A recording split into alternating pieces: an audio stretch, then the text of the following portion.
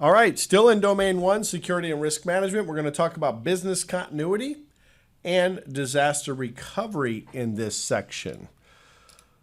All right. There we go.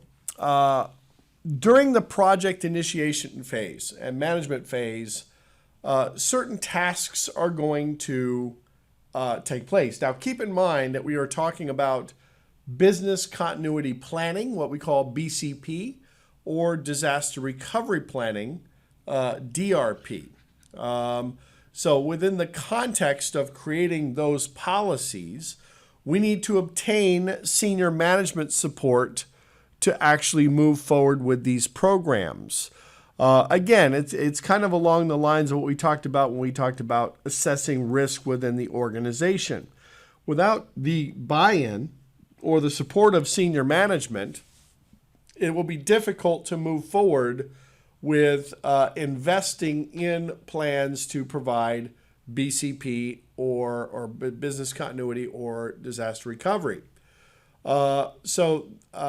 Because ultimately those plans are going to require some sort of spend, right? Some sort of dollar spend, which would have to be approved by the CXO team, right? We need to define the project scope, the objectives, and the planning assumptions, again, in relation to BCP and DRP. We need to identify what the human and financial resources are required to achieve our goals of our business continuity planning, and define the timeline and the major deliverables for the plan itself. All right. Yes, do not do anything wrong today. Do not do anything wrong tomorrow. Repeat. That would be a pretty good plan. Except what is wrong is not necessarily defined the same by other different individuals. Obviously, it's a joke, but you get the idea. Okay? So why is it important to have senior leadership support? Because of Layer 8 and Layer 9 of the OSI model. Layer 8, budget, and Layer 9, politics. Projects have to have the buy-in and the support of senior leadership. Department heads, department managers, senior vice presidents, CXOs, etc., because they have to understand the value, right? You think about what we're talking about in this particular case, disaster recovery planning and business continuity planning. These are essentially insurance elements, right? Do I buy earthquake insurance in California? I don't know. It's costly. The premiums are high. The deductibles are even higher. I've lived there since 1997, and I've felt maybe 3 or 4 earthquakes, very, very minor, almost imperceivable. But I have to determine whether or not the big one is coming, and if I want to have that insurance for that big earthquake. Business continuity planning and disaster recovery planning kind of fall within the same mindset. Disasters may never occur. Issues causing business continuity may never occur, but we do have to invest dollars and resources into ensuring that we're protected in the worst case scenario. And that can be very difficult if you can't sell the value of the project. You can't sell the value of having these backup plans in place. And quite honestly, a lot of organizations don't even consider implementing things like this until after their first event, where they realize, wow, we were really vulnerable, right? The business can no longer fall back, particularly most modern businesses can no longer fall back on manual processes if computing fails. Information now is accessed and needed in real time. Response to clients, response to customers, business standard day-to-day business operations are constant and have to be continually maintained. And the loss of any type of computing resources for a short period of time can have a huge impact on the organization. So the term disaster recovery still is defined individually or separately, but a more common term is now business continuity, because it's not necessarily just disasters that are going to cause outages, right? We typically define disasters as catastrophic events that are beyond our control, right? And almost always it has to do with some sort of non-man-made disaster, a hurricane, a flood, an earthquake, a fire, whatever it might be. But we know that because of our reliance on technology, because of our reliance on technological resources, disasters can come in many, many forms. There's a brownout because power consumption's too high in the state, or a backhoe digs up a hole trying to put in a sewer line and rips apart the fiber, underground fiber, those types of things. So business continuity is kind of more of a well, it applies to many, many different aspects of the business. Minor inconveniences all the way up to major disruptions. To build a disaster recovery plan or a business continuity plan, you have to convey the risks with no plans in place.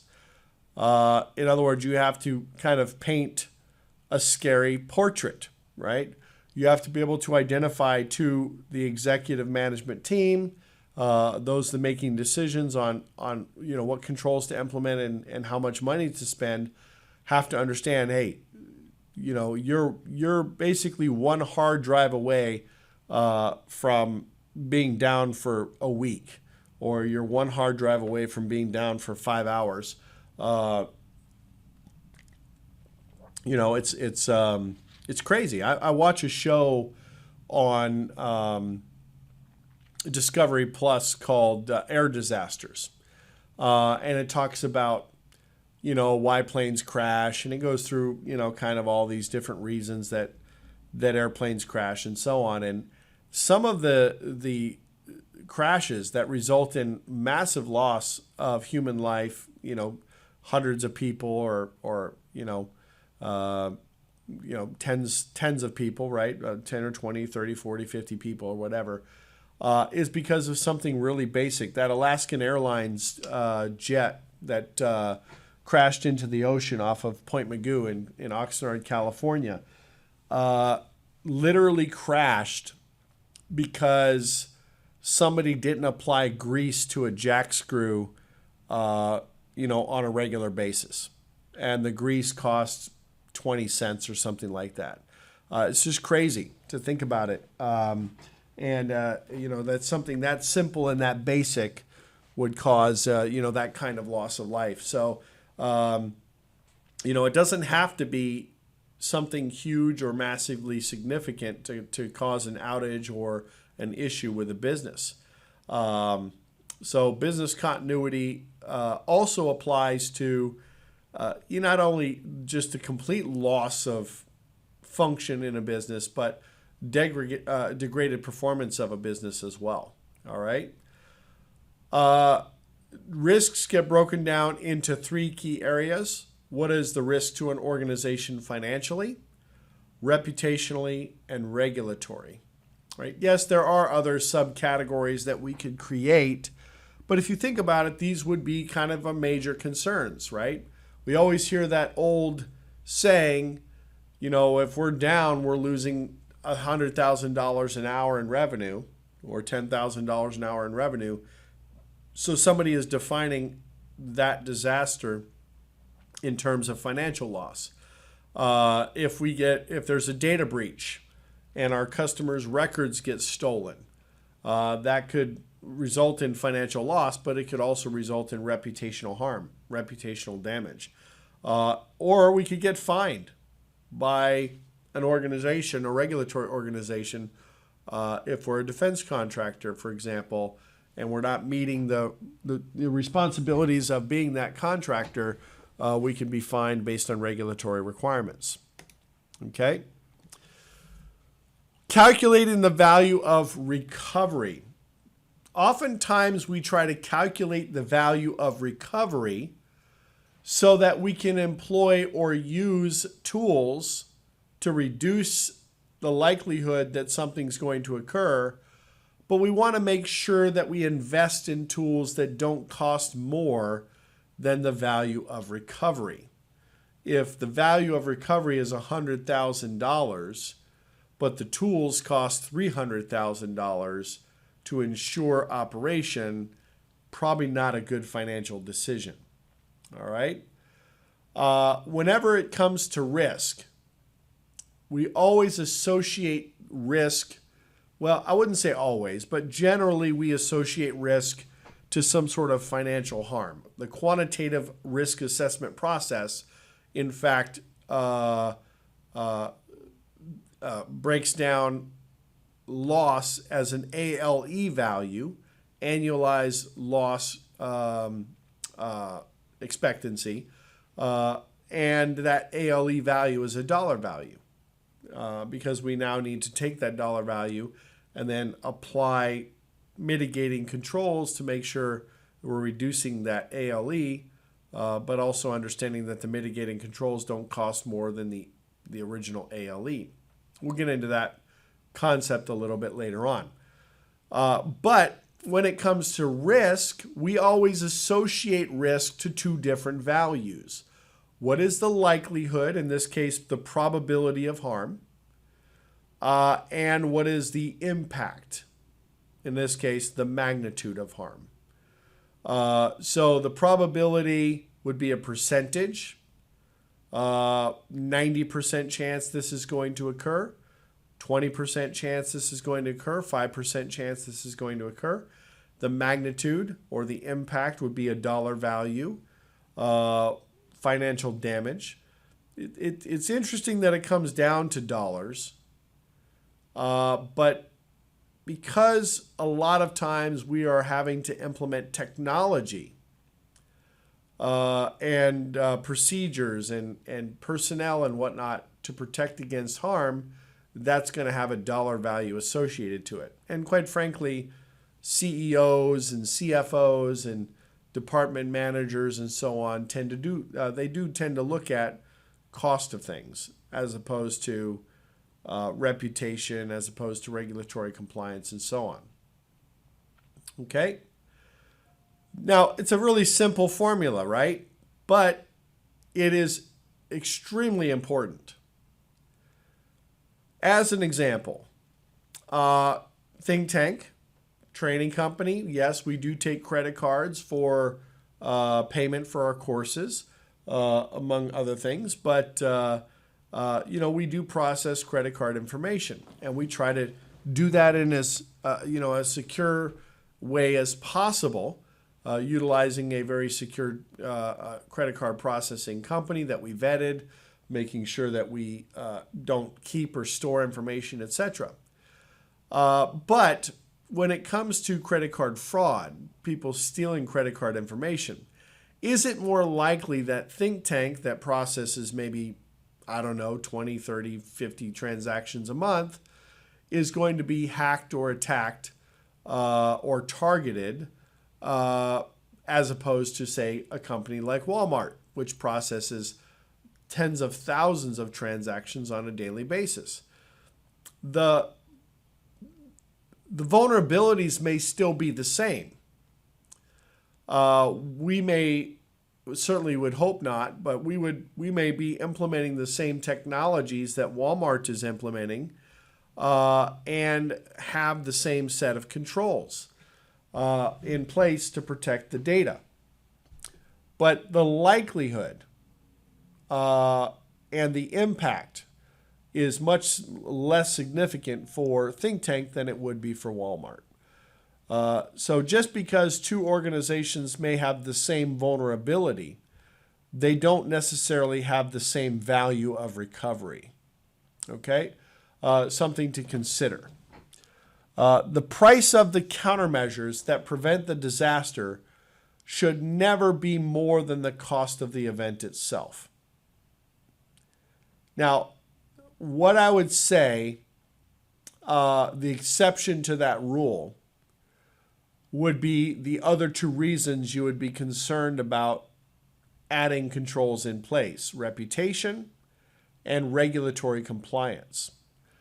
As a DoD contractor, for example, you may not have a choice to invest in controls that cost more than the potential damage because it's a regulated environment. In order for you to become a DoD contractor, you have to have those controls in place no matter how much they cost. And reputationally, I would say that would be another consideration where cost may not be an issue. If you are a leader in a particular industry, particularly if it has to deal with cybersecurity. Let's say you're a leader in the cybersecurity space and you get hacked. That damages your reputation. Now that damage to reputation theoretically would result in financial loss because you lose customers, you lose market share, etc. But it could be more than just the financial loss. There have been certain cases where organizations have been reputationally damaged and they've never recovered from it. They just simply never recovered from it. Okay. So the project scope and the plan, obviously with any project, you have to define the scope. You have to have a plan. What technology is covered, what business operations are covered. Again, keep in mind this is within the context of a BCP. Define other aspects of the plan coverage. Is it going to cover our data center only? Is it going to cover our main office, branch offices, etc.? Consider other disaster types like a pandemic, a labor strike, transportation issues. Yes, your plan can be extremely thorough. Now, how much time you focus on particular types of disasters will depend on the likelihood, right? So, for example, if I live in Kansas, it's unlikely that I'm going to be including some sort of hurricane relief in my disaster recovery plan. Earthquake possibly, but certainly tornadoes, storms, flooding, etc. would be considerations. All right. Ensure business viability during and after the disaster. That's the whole point of a business continuity plan. Assist in the improvement of everyday processes. Yes, through the process of developing this BCP, you might identify or uncover certain inefficiencies in the organization. Or you might identify weak points within the organization. Not having redundant operations or redundant servers, getting rid of single points of failure, developing a better way of handling operations and daily operations and so on. So it's entirely possible that through the process of developing these plans that you change kind of your normal operating procedures as well. Okay. Senior leaders of functional areas are responsible for ensuring that BCPs exist for their area and contents of the plan. As an information assurance individual, as a security individual, you might be creating an overall plan, but not without the input of senior leadership or department heads or managers within specific areas of the company. Because you're maybe possibly not an expert on how that division runs or how that function runs within the business. You may rely on other individuals to develop kind of a sub-plan, if you will, that you then will incorporate into your global plan. Before you do any type of business continuity planning, you need to perform a business impact analysis. You need to classify your assets, classify your resources, prioritize those assets and resources. What assets are critical to the organization? what assets are essential to the organization, what assets are non-essential, and so on. All right. You're going to define different values. I talked about this in a previous slide or previous section. We talked about MTTR, MTTB, RTO, RPO. Critical functions are defined typically based on how long a company loses functionality without significant financial loss. So there's kind of a green window, if you will, that says, okay, as long as we stay within this green window and recover within the green window, there won't be any significant harm to the business. And then you have your yellow window where harm is occurring.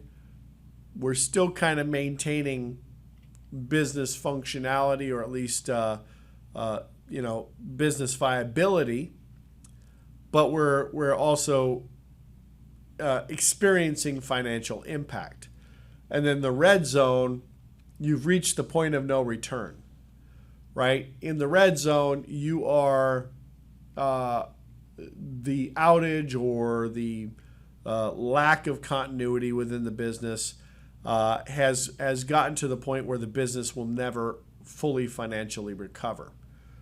We may go out of business, or we may just lose so much of our reputation that we lose our customers and so on. All right? So we have to perform this business impact analysis. We have to create a simple BIA form to classify the functions and determine time-sensitive codes. There is no specific format for this. There are some recommended formats. We'll look at some of those in this section here. But it really is based on what's happening within your organization. You might decide to define low impact events, medium impact events, or high impact events, or you can even be more granular if you want. It really depends on what the objective of your plan is. But certainly you want to have something that provides you the ability to document the impact to the organization. So this is an example of a business impact analysis form. They have time before impact, customer impact, regulatory impact, financial impact, and they've come up with a scoring system. And keep in mind, this is just an example. Your system or the way that you score impact to your organization can be different. In this case, mail zone doesn't really mean anything. That's just an internal designation for the area of concern. The risk code. Is it a financial risk? Is it a regulatory risk? Or is it a reputational risk? In this case, they call it a customer risk. So the call center is customer facing, and the call center is financially, can have a financial impact as well, not a regulatory impact. Customer account maintenance would be a customer related issue. Customers' monetary information. I'm not sure what they mean specifically by that, but they define that as a category. Falls in all three risk codes. The time before impact. 0 equals week 2 or more. 1 equals week 1. 5 up to 3 days. 10 day 1. 24 hours. 40 immediate. Meaning that how much time would have to pass before we experience a negative impact to the organization. 40 being immediate would be the highest impact, meaning that if the call center goes down, we're immediately going to see an impact. If customer account maintenance goes down, we don't typically update customer information more than a week apart or whatnot, or we don't get customers signing up within every couple of weeks or whatever. So again, these are all just this applies specifically to this business, but you get the general idea. The customer impact, is it none? Is it low, medium, or high? How you define that really is unique to the organization. Typically, customer-facing things would have a high customer impact. Regulatory impact, financial impact. If it is greater than or equal to $1 million, we're going to apply a 5. If it's less than or greater than 100K but less than 500K, we're going to apply a 3, and so on. And we simply add up those numbers, and that gives us a scale. Okay? So 49 for the call center, 4 for customer account maintenance, 20 for customer and monetary. And we can then prioritize our response based on, based on this data. All right. Now, again, this is kind of arbitrary. It's just an example that's tied to the previous slide of how we would rate the importance of these events. So if it has a score of 45 or more, that has a AAA immediate recovery rating, meaning that this operation must be performed in at least 2 geographically dispersed locations that are fully equipped and staffed. If you have a rating total of 25 to 45, we have to have a viable alternative site, but it can be staffed and functioning within a 4-hour window, etc. Again, not, a guideline, if you will, for every organization, but just a representation of the kinds of things that you should consider. All right, so I'm not going to read all of these, but you get the general idea. This is just an example, like I said.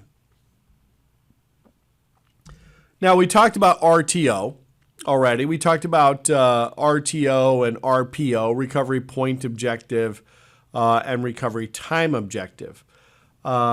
These are highlighted. We also talked about MTTR and MTTB, mean time to recovery and mean time between failure, or MTBF, I should say.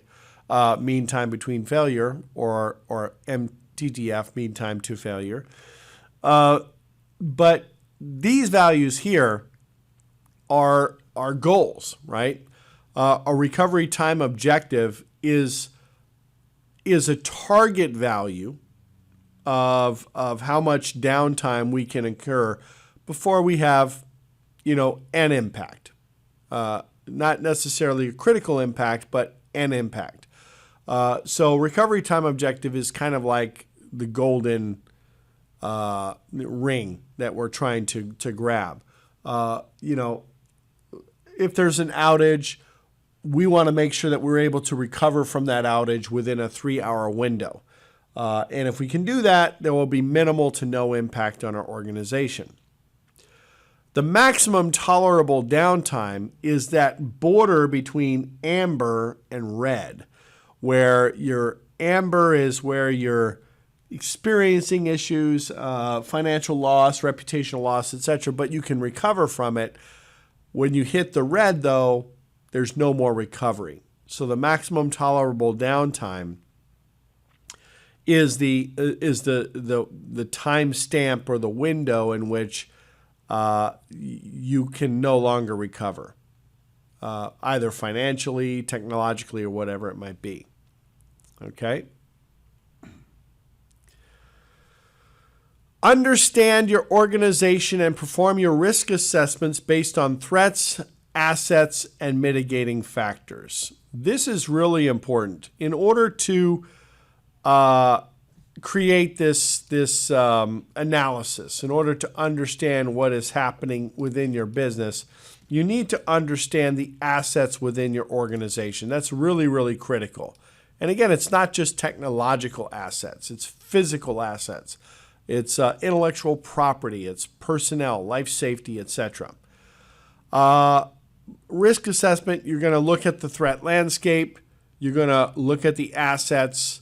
You're going to look at mitigating factors, which could include vulnerabilities. that would allow threats to be realized. By definition, a threat is any event preventing an organization from operating in a normal manner and measured in a possibility, 1 to 10, one time over 10 years as an example. And it has a specified duration of impact. Now, I would actually venture to say, this is the definition from ISC squared CBK, but I would say a threat is anything that has the potential to cause harm.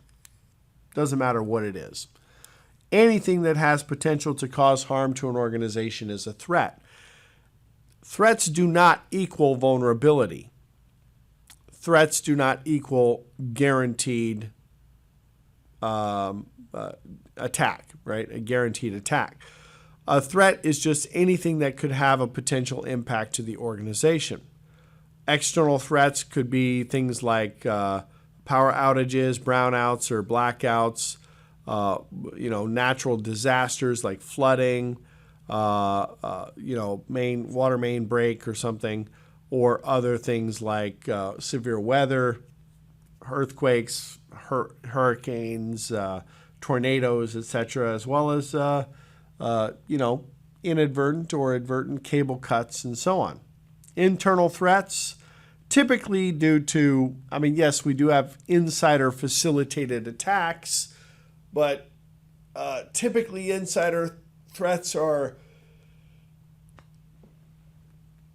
simply operational threats, right? Hard drives failing, RAID arrays failing, human error causing a problem, somebody misconfiguring an access list rule on a firewall or something like that. Those would be considered inside threats.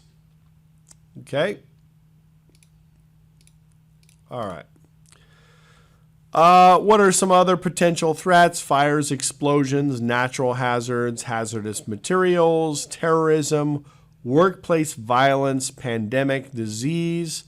It's funny they keep mentioning that. I created these slides before the pandemic, but utility outages, mechanical breakdowns, cyber attacks, etc.